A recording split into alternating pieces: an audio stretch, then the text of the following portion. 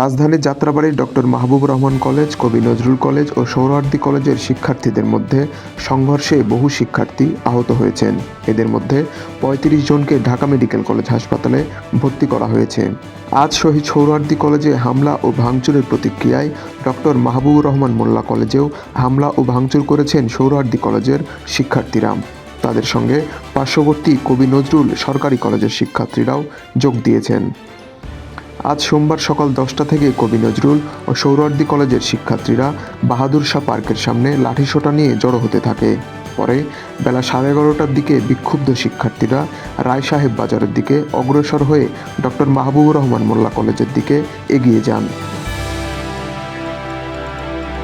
পরে বেলা 12:30টার দিকে কিছু শিক্ষার্থী ওই কলেজে বিভিন্ন স্লোগান দিয়ে হামলা, ভাঙচুর ও ভেতরে প্রবেশ করতে থাকে। এতে যান চলাচলে বিঘ্ন দেখা দেয়। এক পর্যায়ে কোনো যান চলাচলই করতে পারেনি।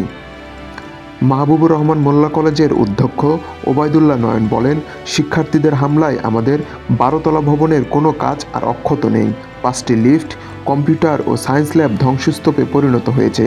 হামলাকারী শিক্ষার্থীরা নগদ টাকা, শিক্ষার্থীদের প্রয়োজনীয় ডকুমেন্ট, সার্টিফিকেট, 3 শতাধিক ফ্যান, প্রায় 30টির মতো ল্যাপটপ, অসংখ্য কম্পিউটার সহ মূল্যবান ও প্রয়োজনীয় বিভিন্ন জিনিস লুট করেছে।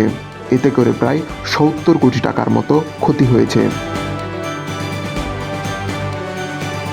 পরবর্তীতে আইনশৃঙ্খলা পরিস্থিতি নিয়ন্ত্রণে রাজধানীর যাত্রাবাড়ী ডেমরা এলাকায় আনুমানিক 10 থেকে 15 প্লাটুন আর্মি মোতায়েন করা হয়েছিল। আর্মি পরিস্থিতি স্বাভাবিক করার চেষ্টা করে। ভুল চিকিৎসায় অভিজিৎ হাওলাদার নামের এক শিক্ষার্থীর মৃত্যুর অভিযোগের জের ধরে রোববার এই সংঘর্ষের সূত্রপাত হয়। এছাড়াও শিক্ষার্থীদের মধ্যে ধাওয়া পাল্টা ধাওয়া এবং সংঘর্ষের ঘটনায় বেশ কয়েকজন নিহত হওয়ার খবর গণমাধ্যমে ছড়িয়ে পড়ে।